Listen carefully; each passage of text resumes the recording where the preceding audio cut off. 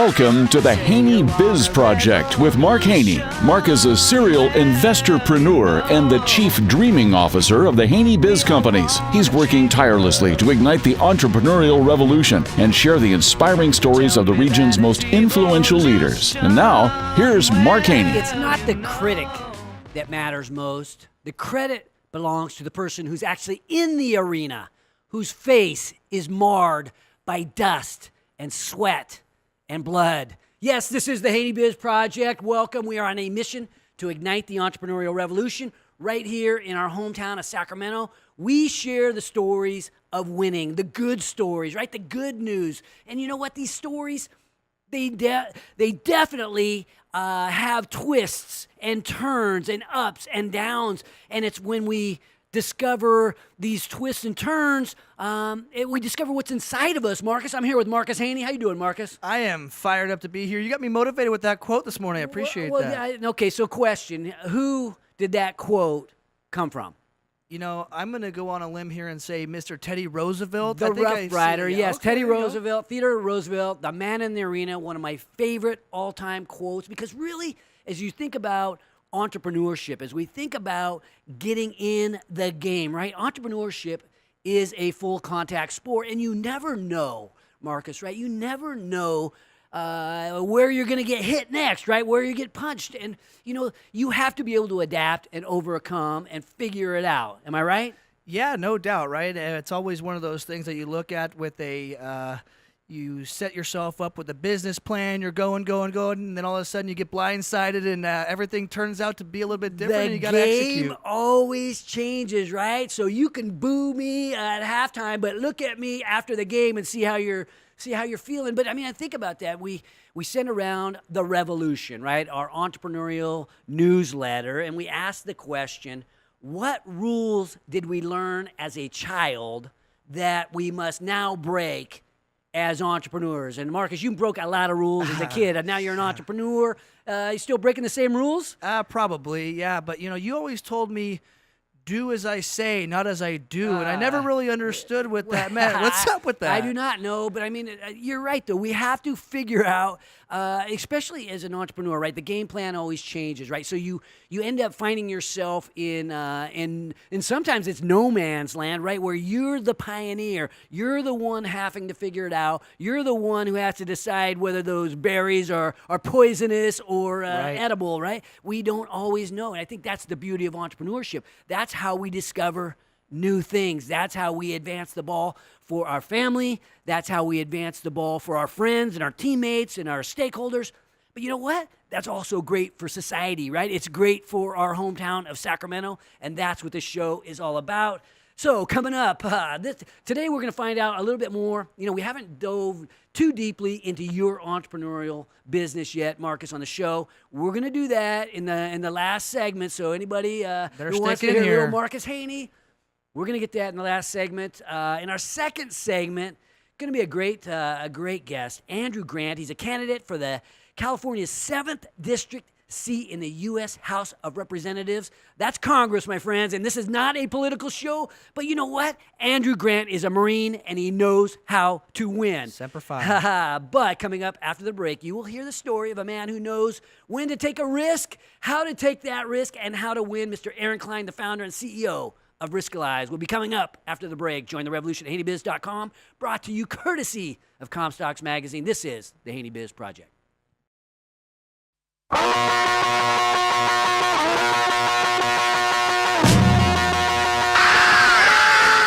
Now, back to the Haney Biz Project with host Mark Haney. All right. Welcome back to the Haney Biz Project, brought to you courtesy of Comstocks Magazine and California Backyard. I'm Mark Haney, and today I have the privilege, the long-awaited privilege of getting Mr. Aaron Klein, the founder and CEO of the disruptive company Riskalyze, on the show today. How you doing, Aaron? Super excited to be here. I have been trying to get you on the show for like 2 years now. True. Finally, we created a convenient time here, a time slot for you. So you are you changed this to record on a different day just for me, didn't you? Moved it around because you are a family man. We want to get to know you and at a personal level, but let's get to know Aaron Klein, the businessman. Okay. Tell us about your business journey and about Riskalyze. This is just a blast of a day to get to share this with you because we actually turned 7 years old today. Nice. Happy March, birthday. Thank you. Yes, March 1st, Marcus, 2011. can you sing? Can you start singing? So it's surreal. I woke up just a little bit nostalgic today, right? Yeah. Been on this journey for 7 years, and thinking back to my co-founders, Mike McDaniel and Matt Pistone, and the three of us, and a couple other people who were there very early along the way, and then our product turned about 5 years old today. Okay. So it took us about 2 years to build technology and 2 really years to learn how to figure things walk, out. I guess, Exactly. right? Yeah, Exactly. you're a toddler. Exactly. And then we had 4 people in the company in March of 2013. Wow. Right, 5 years ago, and so today it's like 215, which is just nuts. So it's been a wild 5 Wow, years. that makes you you guys are out of Auburn. That makes you like the largest employer in Auburn. Am I right? We are told we are the largest employer in the Auburn Wow. City limits. Okay. Yes. So about 100 in Auburn. It's about 150 people. Okay. The rest of our folks are in Atlanta. Okay. Yep. Who's in Atlanta, and how do you divide up who's in what state? Well, so it's actually just a mix of all of our different teams because effectively in 2013, we've got 4 people, the product starts to take off, and now we've got customers, right? And East Coast support is me at 5 a.m. on the elliptical at the gym with my iPad. Hey, that's East Coast support. multitasker, I love it. To the at some point I stopped actually getting any workout. Right, and that's when we knew we really had to open an East Coast office. It's time to expand. Yes, exactly. Okay, so we haven't really broke down to the audience yet what Riskalyze is all Sure. about. Why don't we break that down? And again, keep it C student oriented for those of You got us. Look, I think that we started the company with the thesis that investing really feels broken for the average person, Okay. and that it's just this impenetrable black box that people just can't figure out why things happen the way that they do. Complicated, like how to invest. Don't know how to do it, don't know how to approach it. And what happens is we sabotage ourselves as investors. We get into something and we get excited because the markets are going up, right? And we feel really excited about that, and we're wanting to put more money to work in our accounts, we're wanting to put more risk on. And then markets do their inevitable thing. Right. They pull back and we start getting really fearful, and we make really bad emotionally driven decisions. And the reality is we didn't have an alignment between the amount of risk we could handle and the amount of risk we were taking. Okay. Warren Buffett likes to say it best. Basically, investments are the only thing that the American consumer prefers to buy when they're at their most expensive and refuses to buy when they're at their cheapest. Crazy, right? Huh? Yeah, So buy we low, sell sabotage high. ourselves. It's kind of basic, but we don't allow that to happen as consumers or as I guess individual investors. Is that who you're thinking has this emotional challenge? Okay. And so financial advisors are constantly trying to fight against that, right, and help clients make the right decision. And it's a challenge for them because they don't really have the tools to help clients understand how to make the right short-term decisions. Okay. They just keep focusing them on the long term. They go, hey, stop opening your mail, stop watching television, just be a long-term investor. The only problem with that advice is that humans are incapable of following it. Right. They actually, Fidelity did a study to figure out, okay, our self-directed accounts, people who don't have an advisor, is there a factor that correlates with the top 5% performers among our self-directed investors who don't have a financial advisor? And they found 3 factors. If you had one of these 3 factors, very high probability you were in the top 5% of performers at Fidelity. Okay. And the 3 factors were you had forgotten you had a Fidelity account, you had lost your password, or you had died. Wow. We sabotage ourselves as Otherwise, investors. you're making all these crazy decisions on emotion. Exactly. So what we invented was this thing called the risk number, that we can quantify how much risk you can handle, and then we can help your financial advisor build you a portfolio in alignment with your risk number.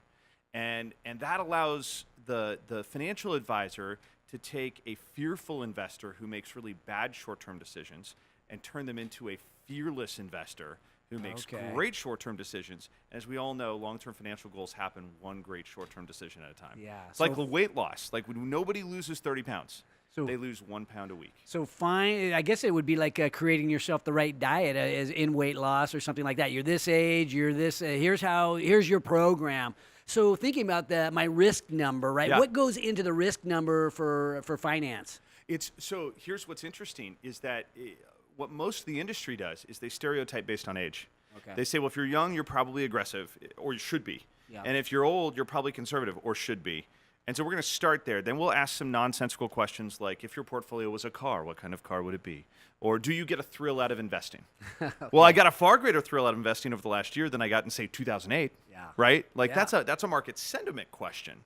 So you cannot stereotype investors by age and then, nudge their stereotype a little bit with market sentiment and call that their risk tolerance and call it good. Like, that's not what it is. Okay. So we have a math-based approach that is built on top of a really boring thing called prospect theory, but it's an academic framework that won the Nobel Prize for Economics in 2002.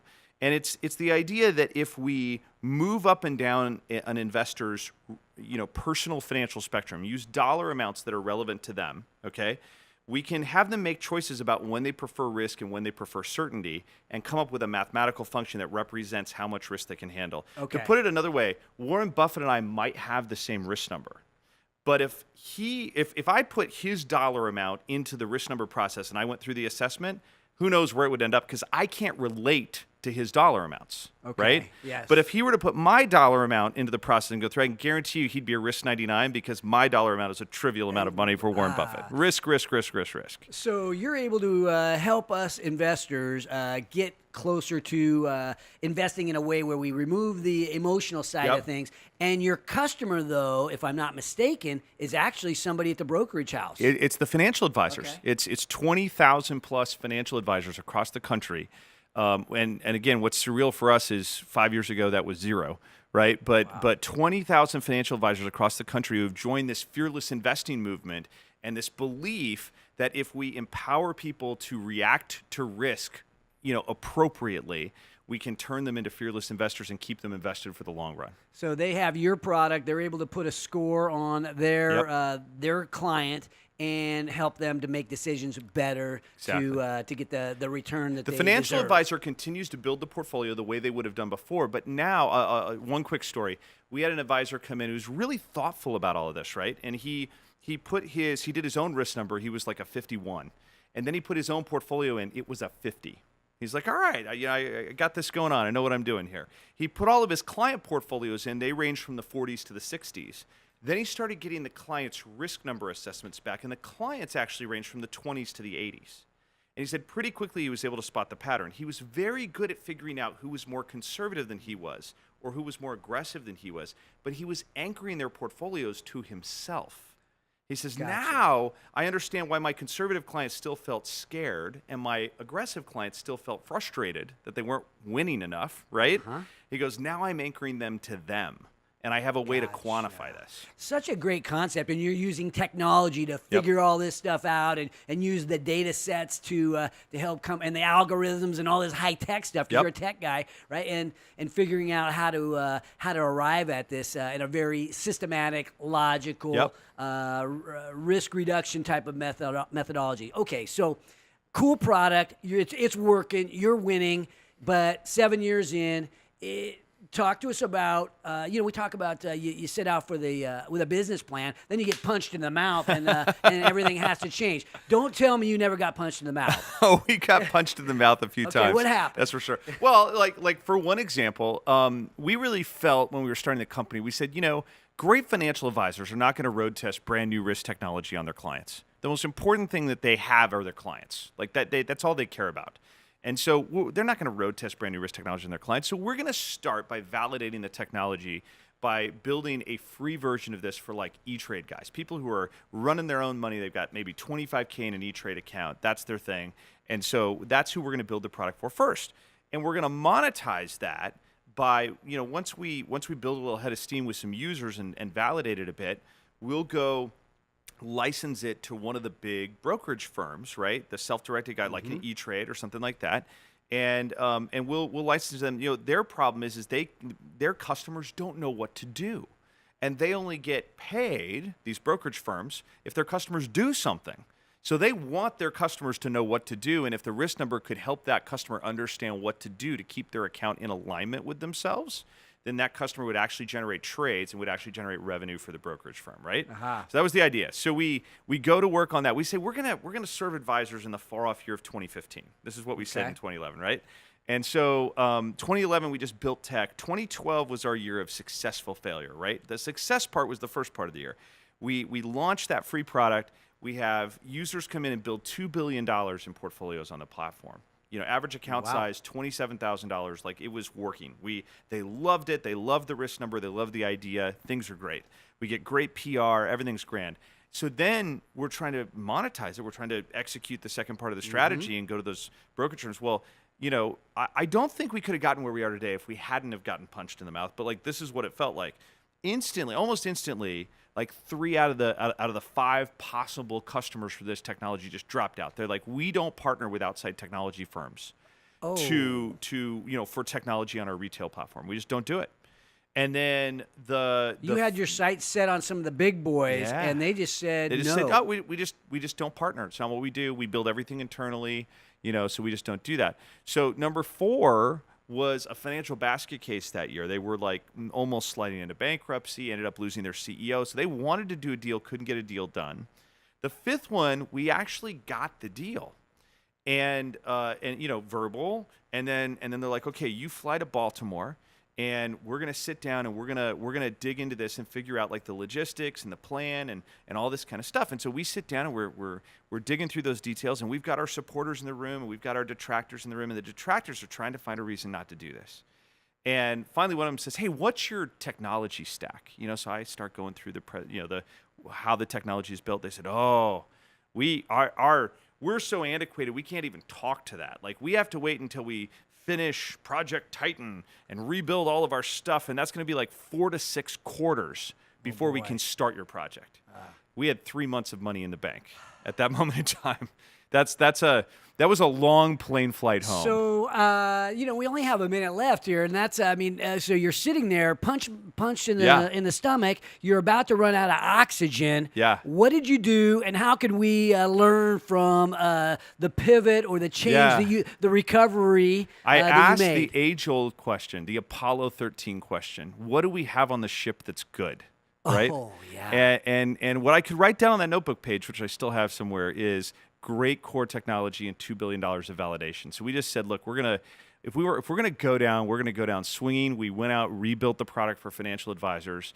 It came out of beta March of 2013. 5 years later today, here we are, 215 employees serving 20,000 financial advisors across the country. So we're really fortunate and grateful to have had that chance, and kind of incredible. What do we have on the ship that's good? Aaron Klein, happy birthday to you, and Riskalyze. I wish I would have had more time to dive into the family. This is a show where we have to stay on track for our breaks and whatnot. But again, I want to thank you for coming on. Thank you for what you're doing in terms of hiring all these people in our community, creating opportunity for people to really chase their dreams and be a part of something special, because you guys are skyrocketing over there in Auburn and obviously in Atlanta as well. Coming up after the break, we will meet the California 7th District seat in process in the House of Representatives, the candidate, Andrew Grant, coming up after the break. Join the revolution at HaneyBiz.com, courtesy of Audi Rockland and DCA Capital. This is the Haney Biz Project.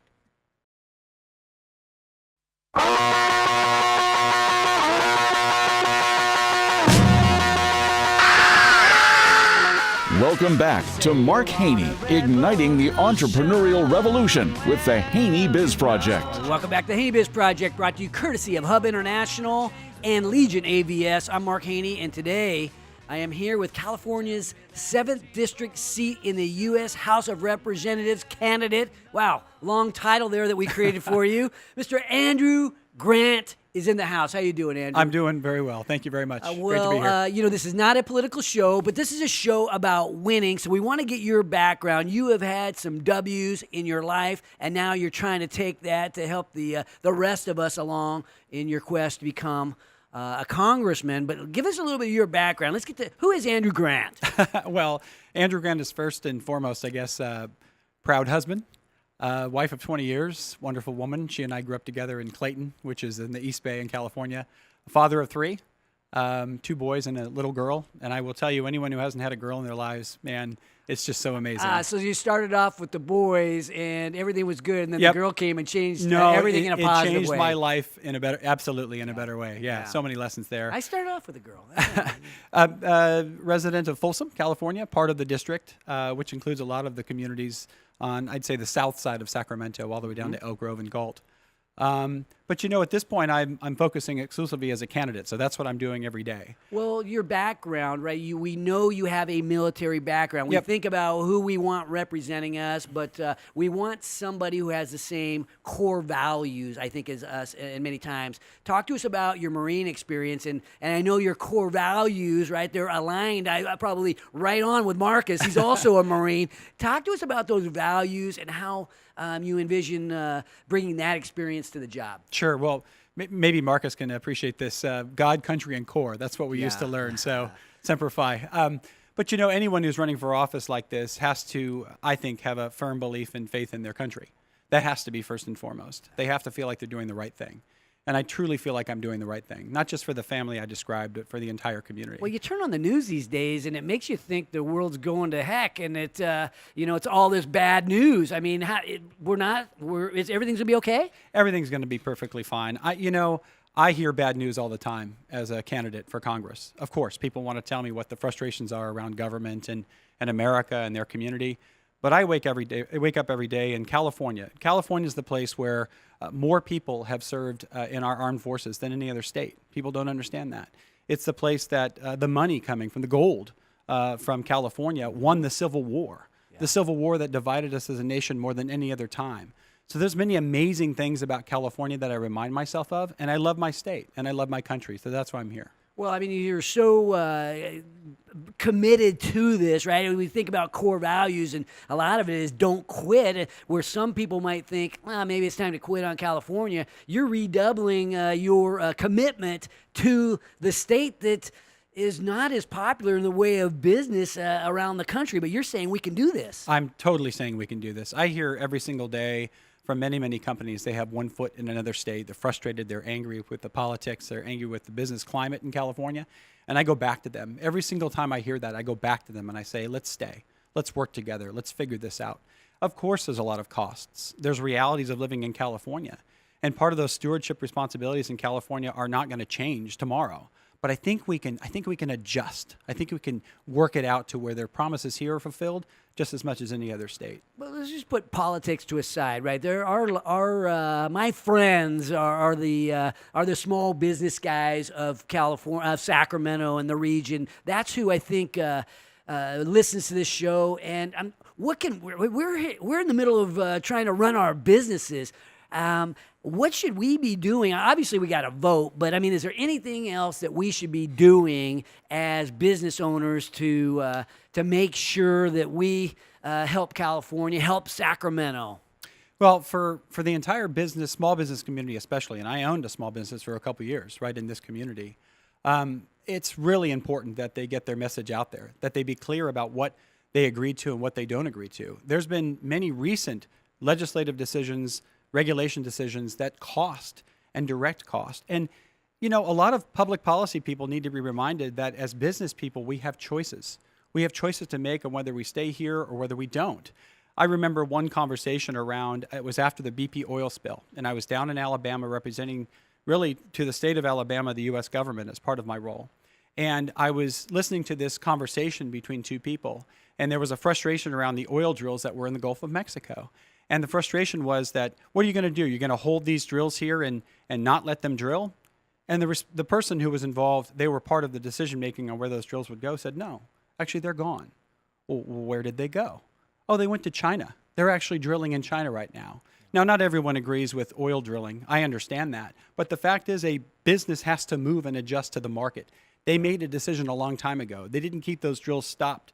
They kept them going, and they moved them to another place because the market opportunities are there. So I remind people all the time who are thinking about their businesses, you do have choices.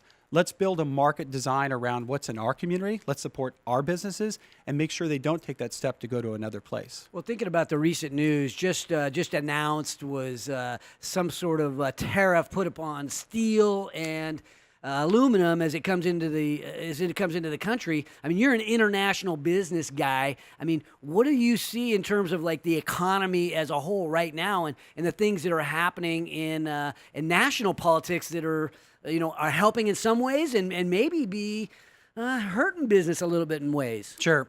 So a couple things that I do like about the current conversation, because nothing's concluded yet, especially with these tariffs. First of all, if anyone looks closely at this, they see that for many years, China was dumping steel into Mexico and selling it through NAFTA into the U.S., costing businesses that were here. Clearly a problem. We went to the WTO, went to the organizations that were supposed to enforce compliance, and that never happened. So what the administration is trying to say is, look, until we hold these people accountable, we're going to do something about it and try to help businesses that are here.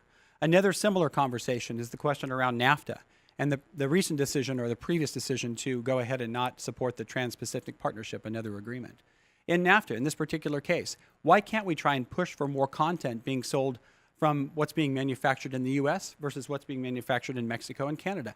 I have no problem with supporting strong negotiations to support U.S. Wage earners, to support businesses here. At the end of the day, I think NAFTA is a great established agreement, but do I think it can be improved through these kinds of tough negotiations? I would support that. Well, I think most of us supported tax reform, especially as business guys. Hey, everybody who got their taxes reduced, we end up with a little more money in the bank. I'm a food guy. Like, how do I put food on the table for my family? So I love that, but you are tied to the national ticket in a way, I suppose, and you've got a president that I was thinking give him a TUI, tweeting while under the influence, right? You see the crazy stuff that is occasionally comes off of his phone, I suppose, and you are tied to that. What is? How can you? Do you lock up with that, or do you keep a distance? No, I'm clear. When I support and agree with the administration, I let you know.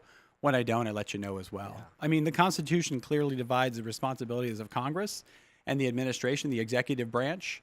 And sometimes people are going to want me to simply focus on being that member of Congress and say what my voice is and what I stand on my own. And when I see something that I think supports this community, I'm going to be clear about that. Let me go back to the conversation about tax reform. This is the one sort of secret sauce that people don't understand about tax reform. It wasn't like it was only going to impact businesses here. When we were operating at a 35 and upwards of 40% rate for taxes that were being taxed to our companies versus other countries, then we rolled it down to 21%. Mm-hmm. What we're really dealing with is a sort of holistic perspective, international business perspective of competing on a global scale. There are international businesses in our community, and every one of them. In fact, I was in Citrus Heights yesterday, part of the district. People don't know this. There are small businesses using e-commerce portals and other ways of being entrepreneurial, yes, who are selling to the world. For them to be able to compete with another company in China or another country with a lower tax rate, that's why tax reform was so essential. That's why we needed to do it. It makes us competitive. Yeah. So just thinking about this, about how to win, right? You're in the process of going into a battle of sorts to unseat another player, right? It's about making a sale. What's the one thing we should take away from Andrew Grant as you go out to make this sale? Well, I think the one thing is my sincerity and purpose behind this. There's no one that called me from Washington, D.C. and said, hey, you've got this great background and experience. We're going to support you as a candidate. I looked around. I looked for the circumstances that I wanted. I found they weren't there, and I felt like I could support this community representing them in Washington, D.C. That said, I do have a certain set of experiences both back there and in our community that I think would function well for someone in office. But at the end of the day, it's your values, it's your principles, it's what you stand for, and it's those things. The other thing, too, is I think anyone who meets me knows they can ask Grant anything. Grant will show up at everything. Yeah. Grant will answer the questions. Grant is transparent. He's accountable. And part of that process, you talked about the man in the arena, and I have actually shared that with so many people. In fact, it was one of the first cards that I wrote. I wrote that into a card that I gave my wife a long, long time ago when we were dating. This is being accountable. This is being accountable for our generation and for future generations for our community. So that's who I am, and that's what I stand for. Very straightforward. He is the man in the arena. I want to thank you for coming on the show, Andrew. I love your effort, your enthusiasm, and your values. When we return, I will be rejoined by Marcus Haney, hear a little bit about the rules he may or may not have broken in his time, and talk about his new business venture, Haney industrial supply is on the grow. Join the revolution at haneybiz.com, courtesy of the Entrepreneurs Organization of Sacramento and law firm Greenberg Traurig. This is the Haney Biz Project.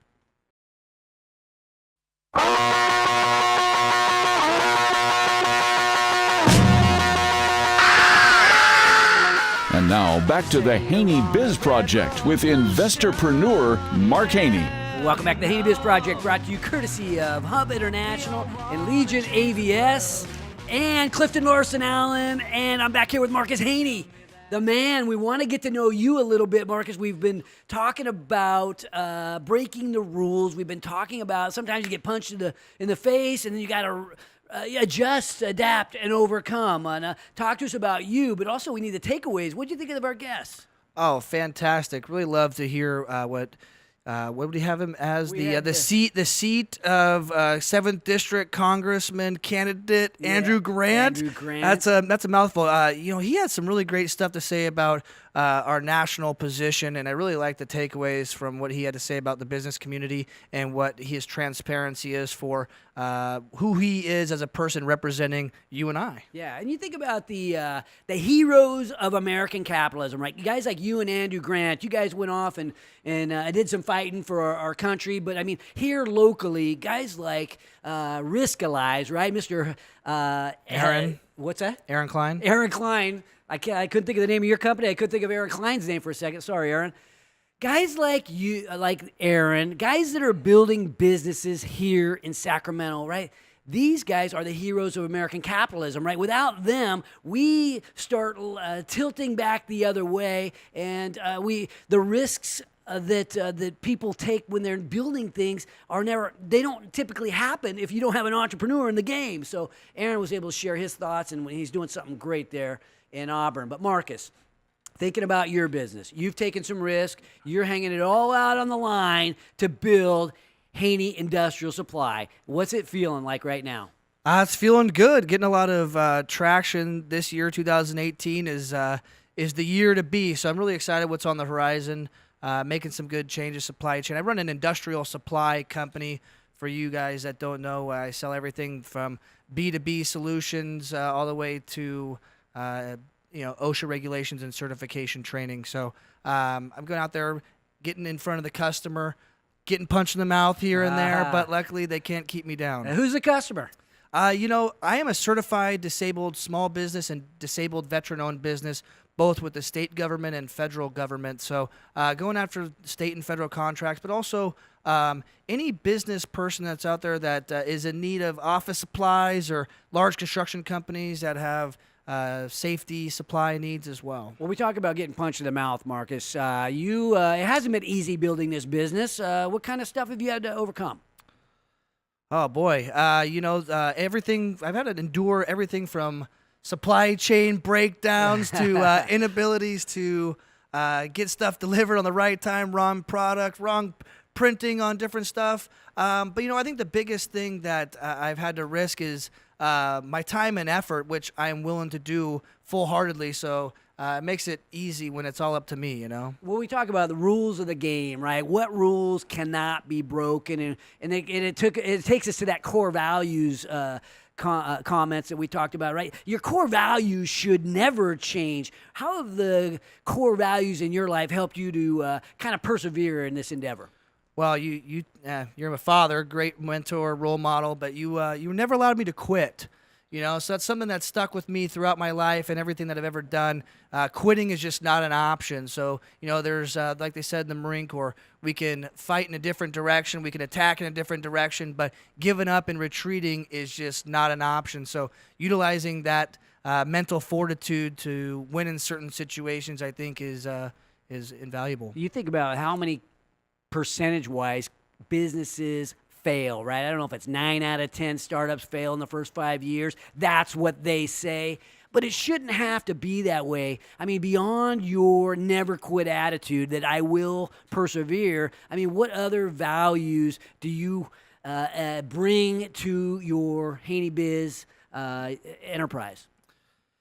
Well, it's a Haney is enterprise. Haney Industrial. I'm just kidding. It's okay. Too many Haneys running around. Yeah, here. Exactly. We got to narrow that down a little bit. No, just kidding. I really believe that if it's meant to be, it's up to me. And as a business owner, as an entrepreneur, you can't be looking in the back seat for the answer, right? You got to be looking forward. You got to be looking out that windshield for the next opportunity. And hey, you never know. It might be coming at you. It might be going away from you. But you got to be head on a swivel, ready to rock on the next opportunity that makes sense for you. And that's really how you change your business. And I think that's really how you can change an industry as well. Yeah, interesting. Everything is a leadership issue. There's nobody to blame but me. You might have your supply chain issues. You might have the stuff that was printed wrong. You may not have done that incorrectly yourself. Yeah, right. But everything is a leadership issue, and there's no one to turn to besides yourself, Marcus. I think such a key takeaway, and you have to adapt and overcome. What about who you surround yourself with? How has that helped you?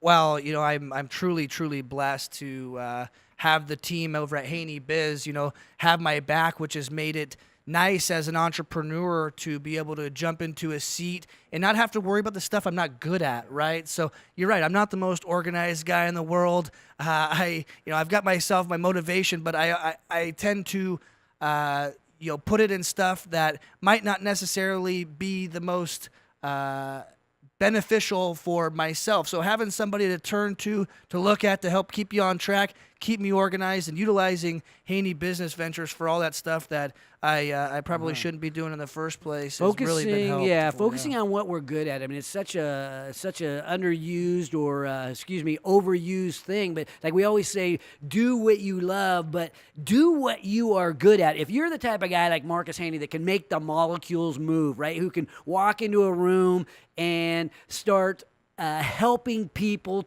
with, in this case, their industrial supply needs, right? When you walk in a room, Marcus, and talk to them about how you can transform their business or their enterprise, I mean, that's what you do well. In terms of adding up all the money or maybe even running the marketing stuff, you could rely on people like Haney Biz to do that for you, but you know what? You go make the molecules move. You surround yourself with the people that can help you make those molecules move. And as entrepreneurs, all of us need to be thinking that way. No doubt. I mean, that's why, I hear you talk all the time about solitude as an entrepreneur is death of an entrepreneur, right? So, like I said, I'm very lucky to have a team around me that is A, affordable, and B, someone there as a sounding board that you can utilize for, the things that you talked about not being so great at, but also for the stuff that you are good at, right? So they complement the stuff They bring out the best in you. Absolutely. Yes. I mean, I think that's part of who you spend your time around ends up being such an influence on us. And that's why I always think of myself as the luckiest guy in the world, besides my wife. I think of myself as the luckiest guy in the world because of who I've surrounded myself with. And in business, we both get this benefit of surrounding ourselves with some of the smartest, sharpest guys in Sacramento, right? The most driven entrepreneurs in the game come on this show, rub off on us a little bit, hopefully make us a little bit stronger. And next week is no exception. We have Christina Mendonza, media legend, coming on the show,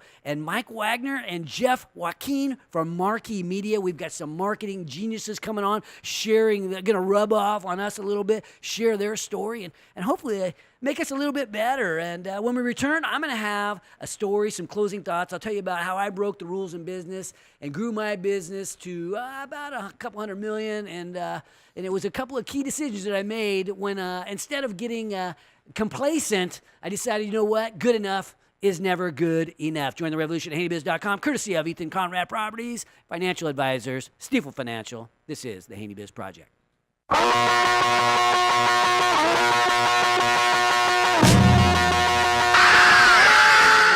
Welcome back for Mark's takeaways from today's Haney Biz Project. Welcome back to the Haney Biz Project. I'm Mark Haney. We've been talking about the rules of the road changing. We always run into those forks in the road where things are not so easy, and you've got to be able to pivot. The one thing, your mission may change, right? We all know you may have to change the game plan. Your mission might even change. You might have to attack from a different direction.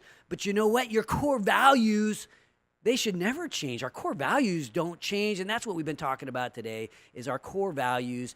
And, we talked about this. Marcus shared his story about, of his core values about commitment and never quitting. It has not been easy. And never blame, right? Everything is a leadership issue. We can't blame if certain things don't go right. But you know what?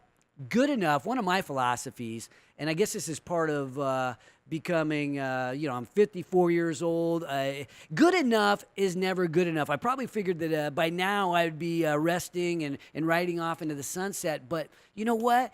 Good enough is never good enough. If you're not growing, right, you're dying. And I think my story takes me back to it was 10 plus years ago, maybe 15 years ago. So I'm going to go back a little bit. We had this security business, and we really broke a lot of the rules, right? As entrepreneurs, we got to break rules. We broke some rules, right? We were selling security cameras to end users, right? Like the post office and Safeway. And we were also selling to dealer installers, right? We were selling to people who were trying to sell to these end users. So we were breaking all the rules. We grew our business up to about $25 million in sales. And we found ourselves stuck, right? We had been breaking all the rules to get there. We had grown like crazy. We had got our debt paid down. We had thought we had kind of made it, right? It's like, we got there. We got this. And, but it was, we found out, you know what? We're having trouble growing from here. It was a little trouble to grow. And, I remember we had this awesome trade show booth in Vegas. Every year in the security industry, there's this big Vegas trade show. And we were coming back from the trade show, and it felt successful because we had this group of people at the trade show that loved us, right? We had fixed a lot of our challenges. Our customers, they all loved us. And our local suppliers, they loved us. But you know what we realized? A lot of people out there did not like us, right? We sold different, security camera business selling Sony and Panasonic and JVC, all the manufacturer stuff, right? And only the local suppliers in Northern California, we're based here out of Northern California, they liked us because they were getting all the commission, right? Wow. And so we noticed that all the other suppliers all the other salespeople around the country, they didn't like us. And so we're sitting at the airport going, man, it's me and my brother and my right-hand guy, Brian. And it's like, what are we going to do? We have these suppliers, right? And our local ones love us. The national guy loves us, but all these other sales guys around the country, they don't love us. It's kind of awkward. And we were selling to our customers, our dealer installers, and then we were also selling to their customers. Okay, so the people that our good customers loved us until we sold to one of their customers. Then they didn't like us anymore too. So we kind of got stuck in this position of, you know what? Our model was, we had broken a lot of rules, but a centralized distribution model, shipping stuff all over the country versus branches and brick and mortar. But it was still not broken. It was still broken. So what are we going to do? And we made two decisions that day in the airport.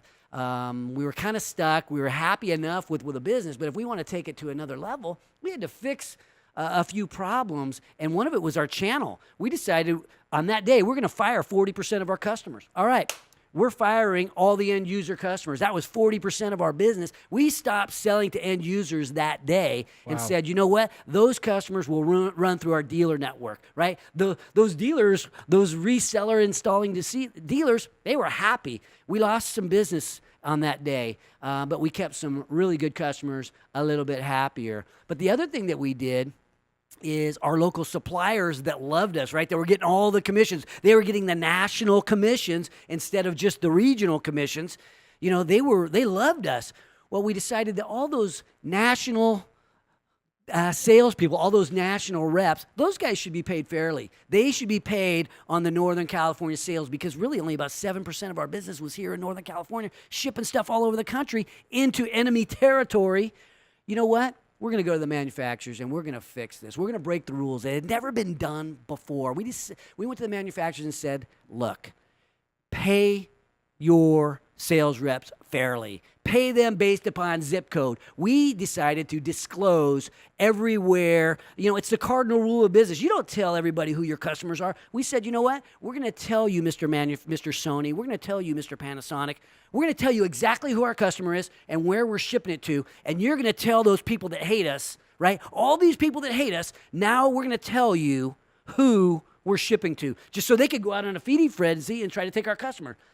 But we also had simultaneously said, you know what? We want you to stop paying our buddies here in Northern California their big rate, right? 100% commission. We want you to cut them down to like 6 and 7 and 8%. Start spreading the commissions around to the rest of the sales force around the country. Pay your reps fairly. What a concept. We went on a charm offensive that explained this to everybody, and it was brutal.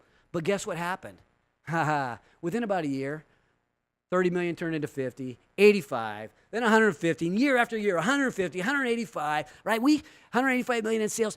That painful decision, right? That gut-wrenching decision to not only, we broke the rules to get into the game, and we broke the rules to scale, ultimately merge with another company, and it's part of a multi-billion-dollar company today. It was successful to decide to have the guts to change the rules. Good enough is never good enough. We didn't quit in the early days, right?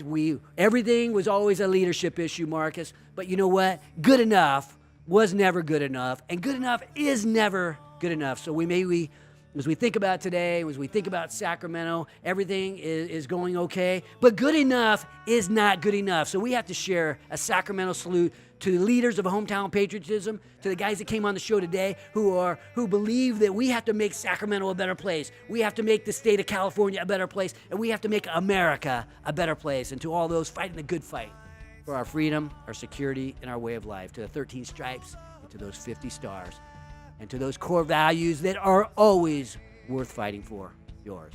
Never above you, never below you, Always by your side.